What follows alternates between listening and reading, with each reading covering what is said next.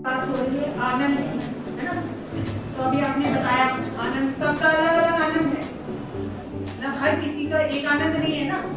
किसी को आनंद आ रहा है किसी को परेशान करने में, किसी को आनंद आ रहा है सबको खुशियां देने में, कोई पॉजिटिव है कोई नेगेटिव है, सब चीजें आपने बताई।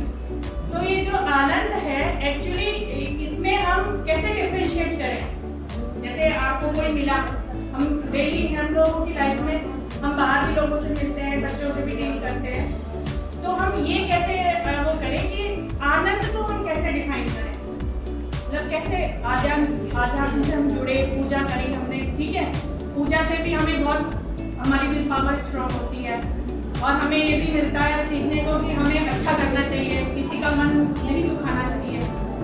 लेकिन ये जो आनंद को डिफाइन आप कैसे करेंगे? बहुत बढ़िया।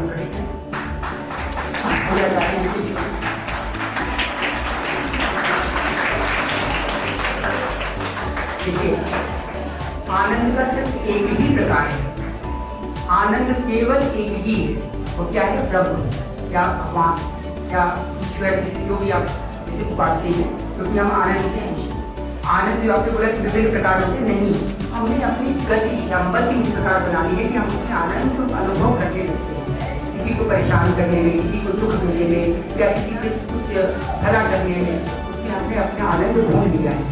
आनंद बस एक ही होता है, क्योंकि दो प्रकार के, जैसे अगर देखा जाए तो आनंद होता है, आनंद एक ही होता है, लेकिन अभी व्याख्या दो प्रकार में आपके हिसाब से बता रहा हूँ। एक होता है विषय सुख का आनंद और एक होता है ब्रह्म सुख का आनंद।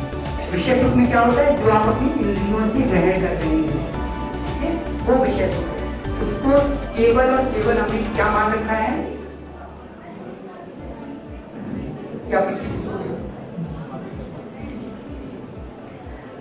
ठीक है। तो हमने जो विषय सुख से अपनी इंद्रियों को ग्रहण कर रखा है ना, वो सिर्फ बिलीफ सिस्टम से बनता है, जो हमें बचपन से बताया गया है।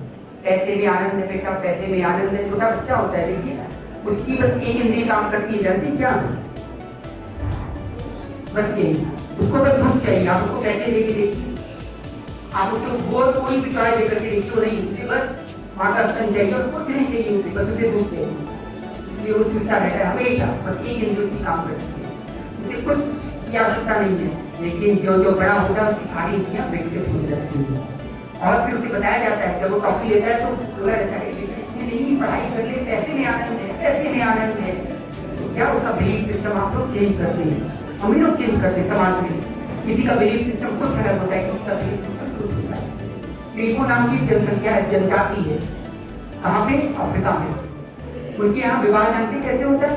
उनकी बिलीफ सिस्टम देखिए। हमारे यहाँ अगर किसी पुरुष की जो है सिक्स पैक एब्स हो तो मतलब सब पागल हो जाएंगे, कह रहे वाह हम तो इसी से विवाह करेंगे, आप बहुत अच्छा फिटनेस है इसका, बहुत अच्छा है ना। वहाँ पे कैसे विवाह होता है? वहाँ पे इतनी बड़ी पौध, मतलब जिसकी सबसे बड़ी पौध होगी वो सबसे सुंदर पुरुष माना जाता है, मतलब सबसे सेक्सियस पर्सन ऑफ दिस टाइम, और उससे स्त्रियां विवाह करने के लिए मार कर देती हैं। क्यों? उनका बिलीफ सिस्टम उसी प्रकार बनाया गया है, उसी प्रकार उनको ट्रेन किया गया है कि नहीं, सुंदरता इसमें है।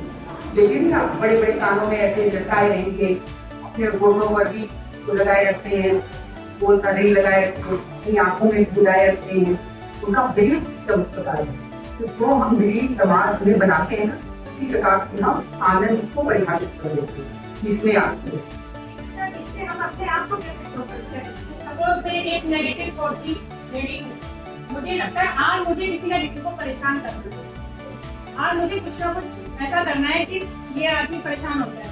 तो मैं अगर कोई पॉजिटिव वाला है तो वो अपने आप को कैसे अंदर से स्ट्रॉन्ग बनाए कि वो उससे प्रभावित ना कर पाए। मतलब आपको नहीं प्रभावित होना है, आप इससे परेशान करने से प्रभावित होना। जो परेशान नहीं, मतलब जो परेशान कर रहा है उसे तो आनंद आ रहा है ना, उसमें उसे आनंद नहीं आ रहा, आनंद उसने ढूंढ लिया। एक्चुअली क्या होता है, कोई किसी के प्रति वैसा काम नहीं करता है, लेकिन हमें क्या होता है, आनंद की परिभाषा हम कहाँ ढूंढते हैं, हमें कहाँ मिलता है? हम जैसी बिलीफ सिस्टम बना देते हैं उस प्रकार से, तो उसी तरीके से अगर हमें उस व्यक्ति से लाभ मिलता है, उस कार्य करने से हमें लाभ मिलता है, तब हम वो कार्य करना। जहां हमें हानि की संभावना होती है वहां पे क्या होता है, पिता बाप को गोली मार देता है, बेटे को गोली मार देता है और बेटा पिता को गोली मार देता है। मां बच्चे की हत्या कर डालती है बेबी के साथ, 12-12 साल के बच्चे काट दिए जाते हैं, अपने पेट के साथ भाग जाते हैं। क्यों कर देती है? क्यों बताइए? इसीलिए क्योंकि उसको लाभ उससे मिलना बंद हो गया, उसको हानि हो रही है उससे।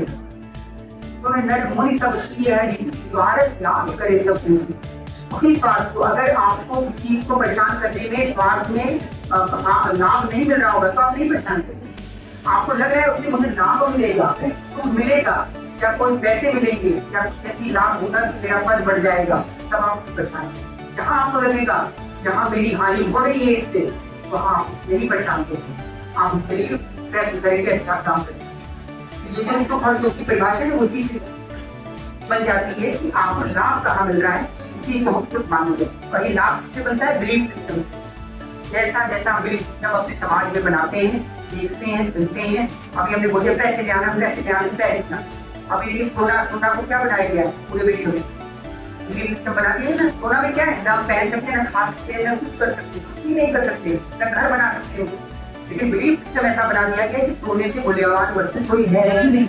हीरा देखिए, carbon C hardest form of the carbon, क्या है उसमें, ना उसको जलाया जा सकता है, ना उसका टेम्परेचर बॉडी टेम्परेचर इतना है, ना कुछ किया जा सकता है, लेकिन बस वो क्या है, हमने उसको बिलीफ सिस्टम में बना दिया कि ये है सबसे कॉस्टलीस्ट मेटल और एलिमेंट। इसके कारण हम इसी में लगाएंगे और देखिए हीरा के लोग मर्डर करके हम लाकर सब कर देंगे।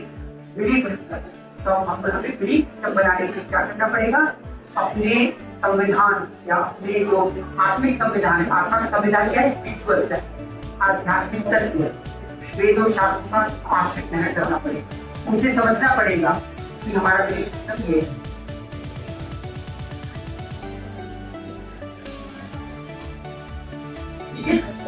और भी कोई प्रश्न हो तो आप मुझे बात करें स्कैन करके, या भी आपके पास जो अगर आप करना चाहते हैं आगे बैठे हैं तो आप इसे नंबर लिखिएगा।